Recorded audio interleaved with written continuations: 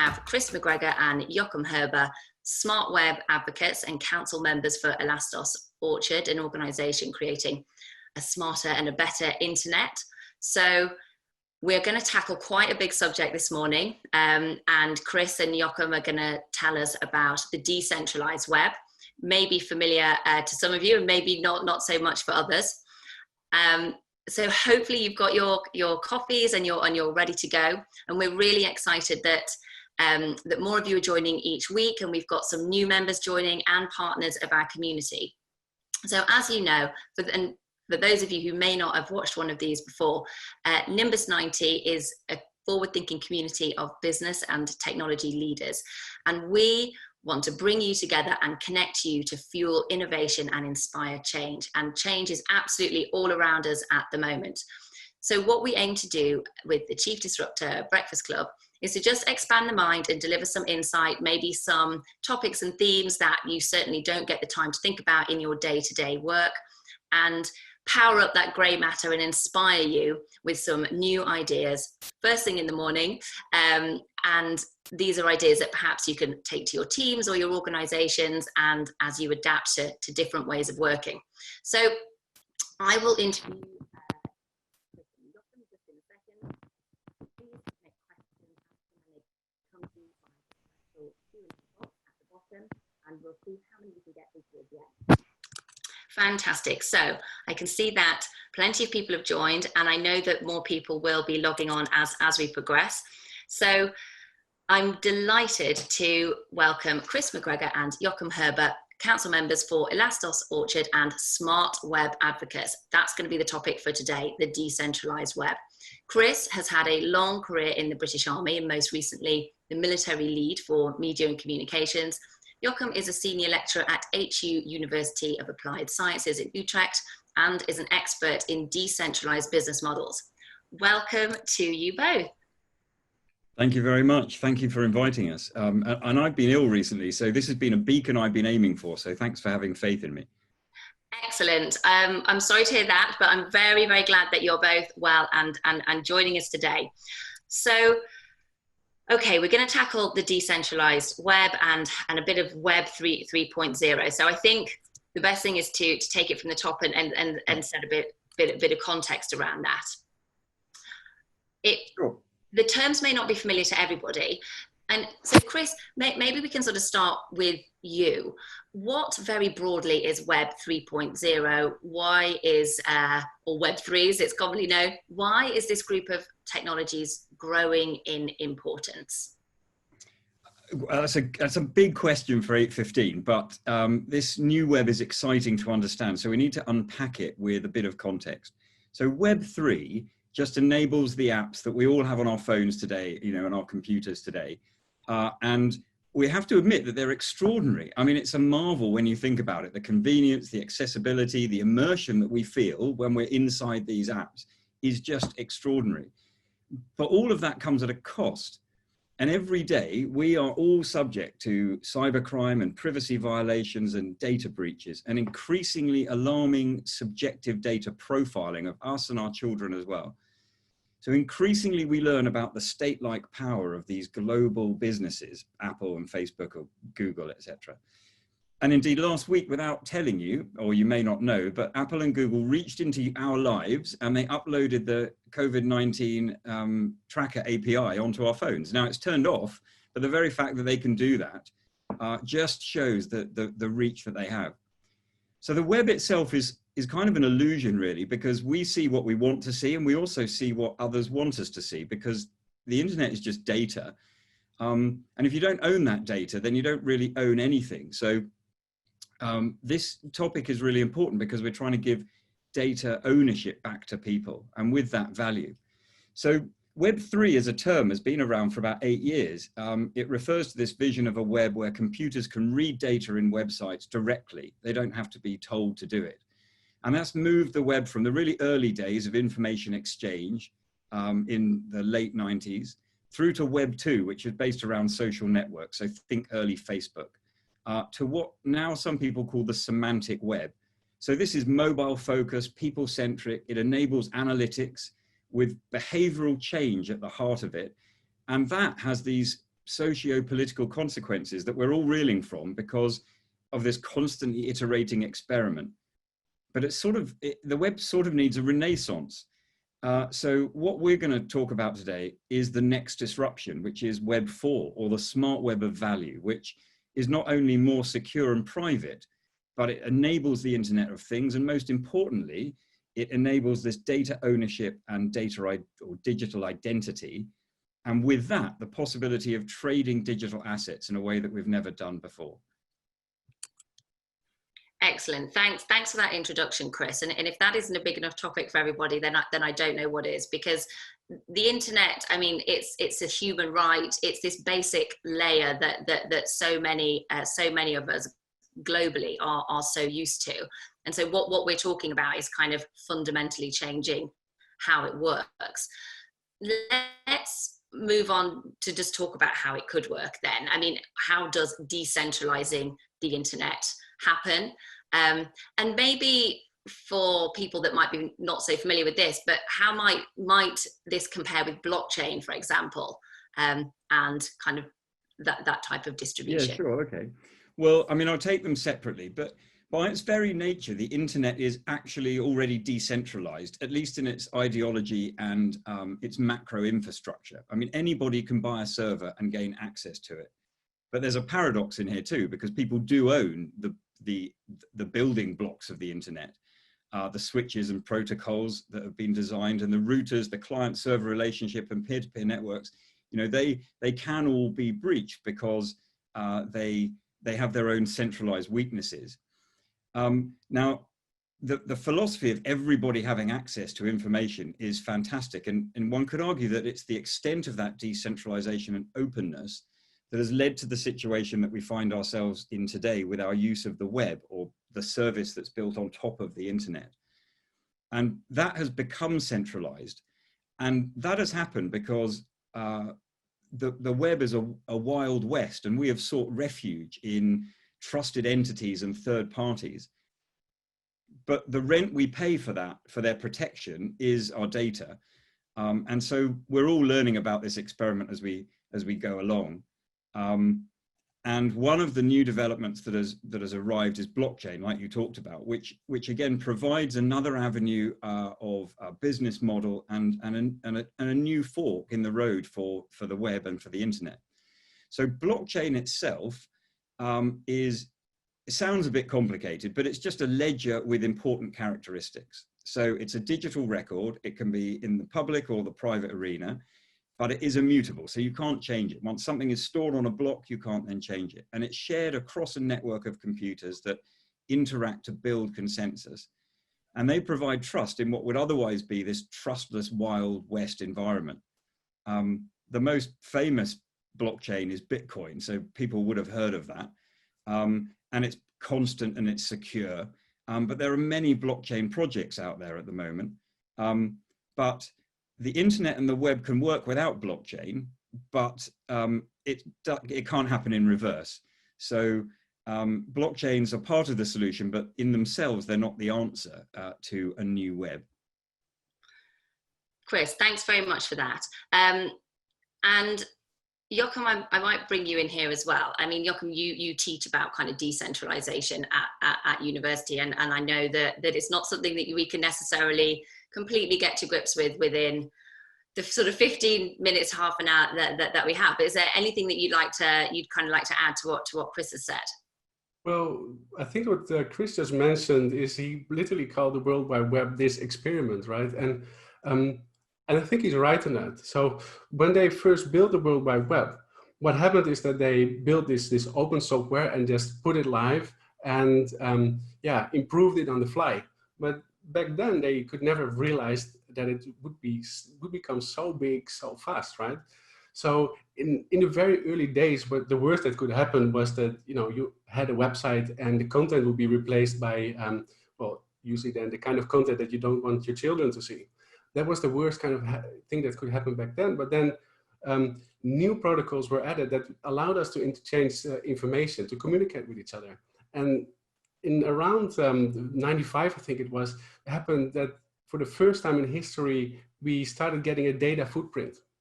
And this is obviously also the reason why companies grew so fast, because they build their business models on data, which is totally understandable, of course. But with all these developments, what we did is we literally patched all the holes. We put Band-Aid on everything that was broken, and we continued living our life in this World Wide West of the World Wide Web. So the problem was that it was flawed from the beginning. Now we're moving into an era of Internet of Things, for example, and I don't want to live in a world literally where my Internet of Things devices are built on something that was flawed from the beginning. So we had the chance now to stop and look back at what we built and rethink it and build a new World Wide Web from the ground up. And that's where the disruption is, I think, that's where we are at the moment as well. Jochem, thanks very much for that. So a few people I think have just joined, and I'd really like to invite people to, as you're thinking of any questions, just pop them in the Q&A box. This is a huge subject, and I think it's one that there's varying degrees of knowledge about it, but it's gaining speed, and the decentralized web is something that as you say has really got the power to disrupt disruptors, which I think is something that perhaps we haven't seen before. Let's move on to sort of understand in more detail kind of what it can do. So as you've explained, there are various issues with the internet and how it works at the moment. And at a macro level, let's say decentralizing the internet has the power to change the current data economy. So this sounds great. Lots of people will be advocating for this. But what are some of the barriers to doing that? Well, I mean, again, it's another big question. So the greatest barriers, we think, are one, the control of the internet itself. So, it's been described as the surveillance economy by many people now. And there's very large and profitable companies who are making billions of dollars from the current exploitative and extractive models that they've created. So, sharing data is wonderful, but it all comes down to who owns it ultimately. And if it's not owned for the common good, or it's not being used for that, then clearly we could change it. But those that are currently making money out of it are going to resist that. And secondly, I think that the other barrier is the difficulty in understanding that, well, one, the internet and the web, as we're talking about, these subjects are not well known to people, but also understanding that we are in this period of transition between technologies and economic philosophies. So, there is a realization by some that data is the new oil and they're getting after it. And there are movements on both sides of that to protect us all from our own exploitation. But if we don't recognize that the situation is changing, we're a bit like that frog in the pot of boiling water. As it heats up around us, we don't notice. And actually, we think that this is a paradigm shift now. Absolutely. Now, a question has actually come through, which we will move to questions at the end. But one point which I think is quite important, and this is from Nasser Sheikh, is actually what is the centralized web? So we're talking about the decentralized web, but what is the centralized web? I don't know if either of you would like to elaborate, so that I guess people can contrast and compare a little bit where we're moving towards. Yeah, I think I can explain part of it. So right now, if we send each other messages over WhatsApp, for example, what happens is that this message is sent to a server, maybe to another server, and then it reaches your phone. And what WhatsApp then really is, or any kind of application, what it really is just an interface to a server. So these servers are centralized, but also the communication itself is centralized. It's fairly predictable on how the communication goes. So it can be intercepted as well. So there are tricks to take out that part of the centralization. In fact, there's a technology that actually decentralizes the communication itself, where the communication does not use any central servers, but it takes a different route every time you send a message. So that blocks people from doing DDoS attacks, for example. Just last week, there was a big DDoS attack in the US, And a DDoS attack pretty much means that you know the location of a server and you send a lot of messages to the server so that the server shuts down. And then you can't communicate anymore, obviously. So with this new technology, A, you don't need to use those servers anymore, but B, when communication is encrypted and it by itself decentralized, doing DDoS attacks are a thing of the past. So those are already two very big advantages, a very big difference between how things are working right now.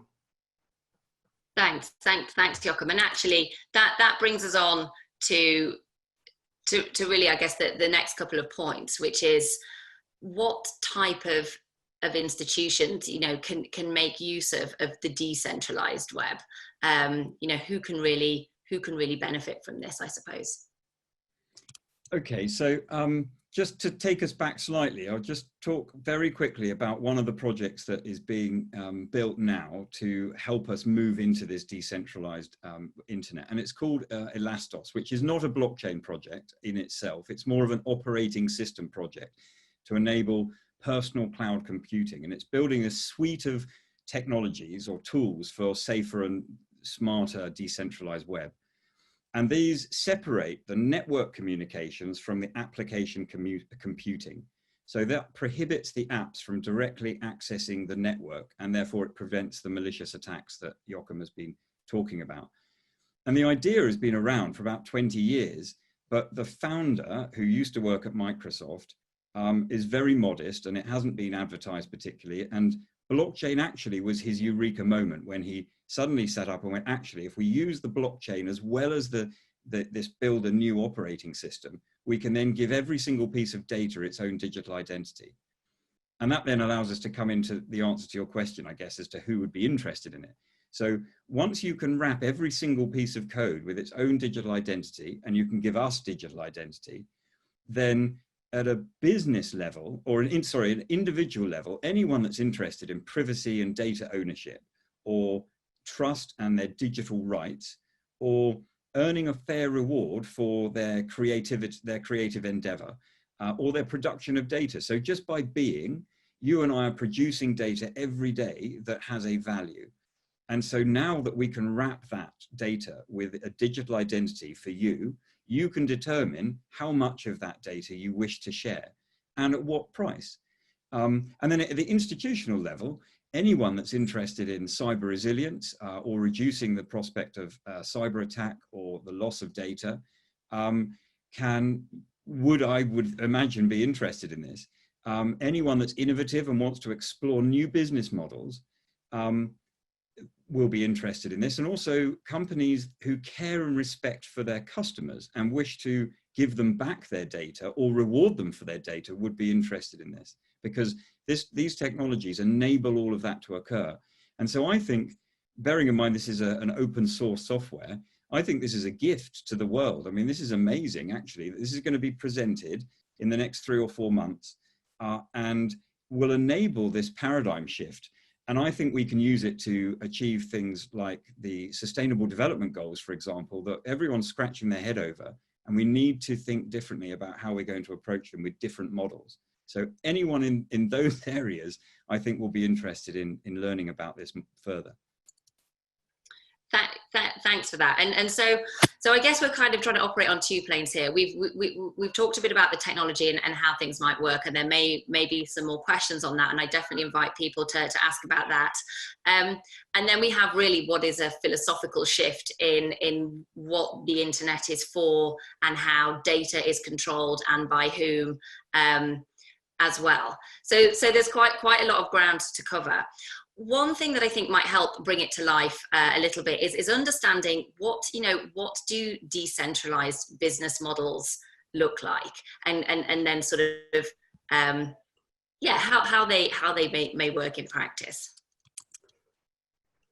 All right, well, I think that's a great question, actually. Just to put a little bit in context, we teach this at the university, and it takes us about 10 weeks to get students from understanding platform economy to ideating on their first decentralized business models. But I think I can narrow it down in just 1 or 2 minutes. I think that you should look at it from an open source perspective. So if you look at Red Hat, for example, it's a multi-billion-dollar company, and they still contribute a lot to the open source. In fact, all of the services that they offer are using the open source software. So you can build your services and offer your services to your clients using this software. That's probably the fastest way to explain it. And then I've got a couple of examples that I'm very excited about. So the first one is the Hyper Messenger. Hyper Messenger is a fully peer-to-peer messenger where the communication itself, as I just explained, is fully decentralized. And it has a bit of the look and feel of WhatsApp, but then owned fully by the user. Now, the people behind this, they built this for us as a use case for everyone to use. But I can imagine that the business applications of this kind of technology is quite interesting because, well, for example, you'd be surprised how often in hospitals, doctors and medical personnel still communicate over WhatsApp. But really, you don't want to have your personal medical data being sent over an app that's owned by Facebook. And I'm by no means trying to bash Facebook here, right?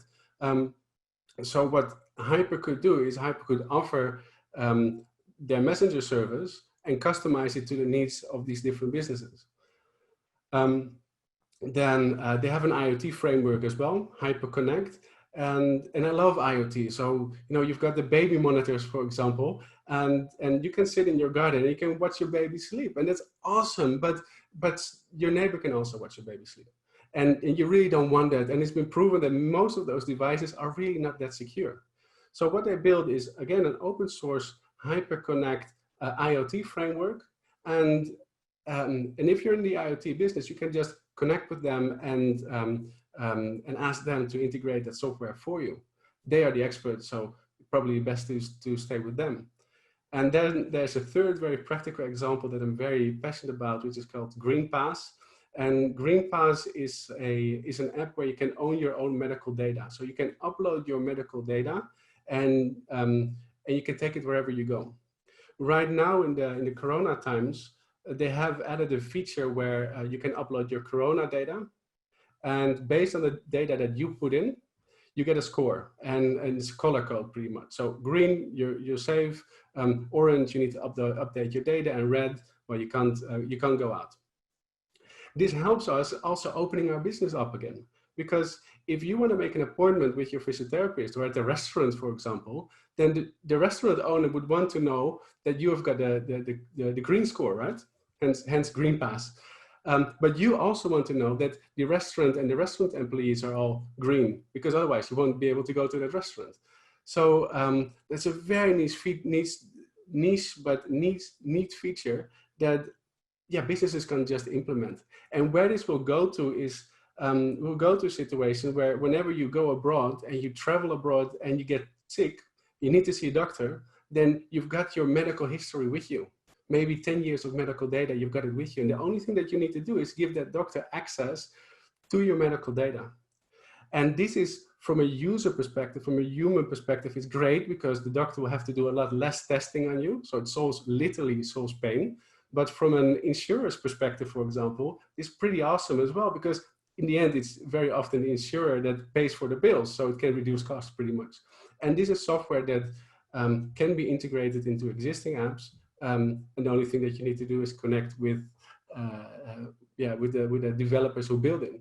So I would look at it at the first level from an open source perspective, and then you can go way deeper and try to create business models for the creative industries, for example. But I think that we need another 45 minutes to dive that deep. Thank you, Jochem. Thanks so much for that. And so just to kind of recap before we go into questions for everybody, I mean, one of the critical differences about this at a very basic level is that data is not basically stored or traveling to a centralized server. And that is pretty much how much of data moves around and is stored presently by lots of different organizations, some enormous ones, as we know. And I guess the other side of this is that what this is moving towards is a sort of a different level of data awareness and data control, user-centric data control. And I think that's the fundamental shift that we're talking about here. You know, so it's beyond the technology. It's an ideological shift, really, and I guess what our data is, what our data footprint is, to sort of use your term, and helping us conceive of that in a different way through this technology. So it has some really interesting implications. I've got to go to questions now because we've got some coming in, and I'm really excited to see what people want to know. So the first one is from Kim Goch, and asking, how can we make sure that no one country can dominate or take control of any part of the decentralized web? So the decentralized web can produce IT islands of mafia-dominated domains. Great question, and thanks very much for that. Who'd like to take that one? Well, I mean, it's again another big question. I mean, the whole point of decentralizing it is to try and prevent that. And so we're a bit like blockchain is using mathematics to issue its token or itself. The Elastos project uses blockchain to provide digital identity. And you can't, I mean, it would cost you billions of dollars to try and intercept that and break that. What you need is this halfway house between the decentralized world that we currently have as the internet and that wild west of the web, and provide enough ownership within it to enable individuals to feel comfortable and with their own data. But what you don't want is these large oligopolies or monopolies being built up again. And I think as we move to using this technology, we move to a situation where that becomes the case. And it's not, I mean, even the fact that you're removing large servers from the equation means that, and you decentralize it so that we have personal cloud computing and a carrier network that takes the data all over the world using different nodes. Actually, everybody can own a node. Everyone can own a part of this new internet, which decentralizes it further. And so we don't have to rely on these large servers that we trust, or these trusted third parties. Yeah, may I add to that, because I think it's a very important question to ask. So thank you so much for that question. So blockchain, as Chris said, is designed to decentralize this and to make sure that the power is not just in the hands of a few people. But one of the things that they're working on, and it's going to be released this year, is a decentralized storage mechanism where you decide where you want to store your data. So it can be literally on your own little hardware device that you've got running at home, and that's where you store your data. You don't want to store your data on the blockchain, because then, well, it's visual for people, and it would put too much pressure on the blockchain. But you should be able to decide where you're going to store your data, and that's going to be possible within a couple of months.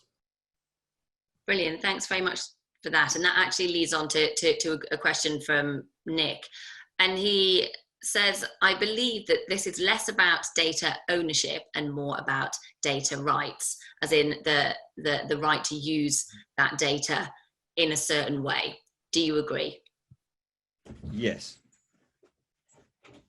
Excellent. Jochem, anything to add to that emphatic yes?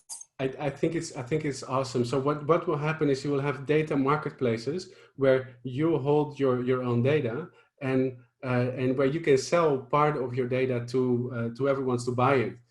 So then you're in control, and you can even lease out your data temporarily, so the rights to that data temporarily to the company that you would supply it to. So those are very interesting concepts that give you the power of your data, because data privacy really means that you are in control over your data, and you decide who gets access to it. So that is definitely a rights mechanism there as well. Absolutely.